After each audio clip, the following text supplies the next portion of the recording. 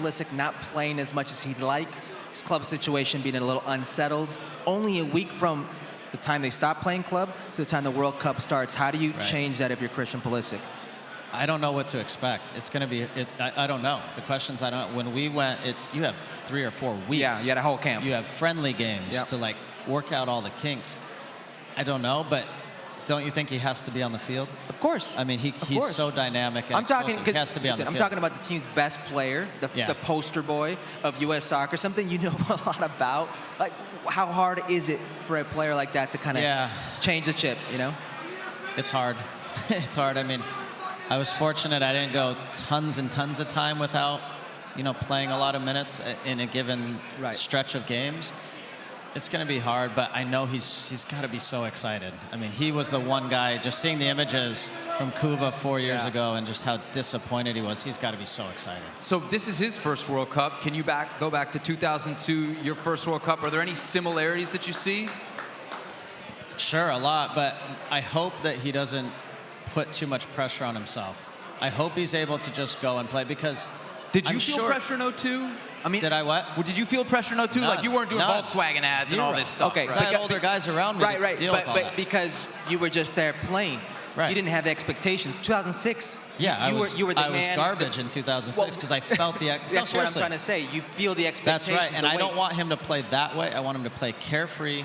Don't worry. And maybe because he hasn't been playing, maybe it's a good thing. The expectations lowered a little bit. Not playing a lot, not in his best form, not fit, etc. And then maybe he can surprise people. Do you think it gives him that chip on his shoulder? What's that? The chip on his shoulder, you think it kind of ignites him? I hope, versus like pressure, you know, just like screw everyone versus pressure.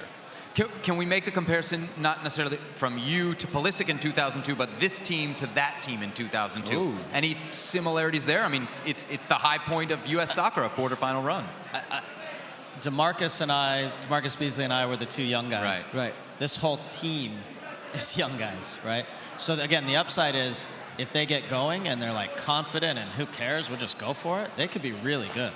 The downside is they don't have an Ernie Stewart, Claudio Reyna, Jeff Agoos, Eddie Pope, Carlos Llamosa, Miola, Friedel, Keller to rely on. Hayduck, Santa. I mean, we had all these old veteran guys, Eddie Lewis, McBride, that helped us just be free. So that's going to be the challenge. Is this the best generation of players?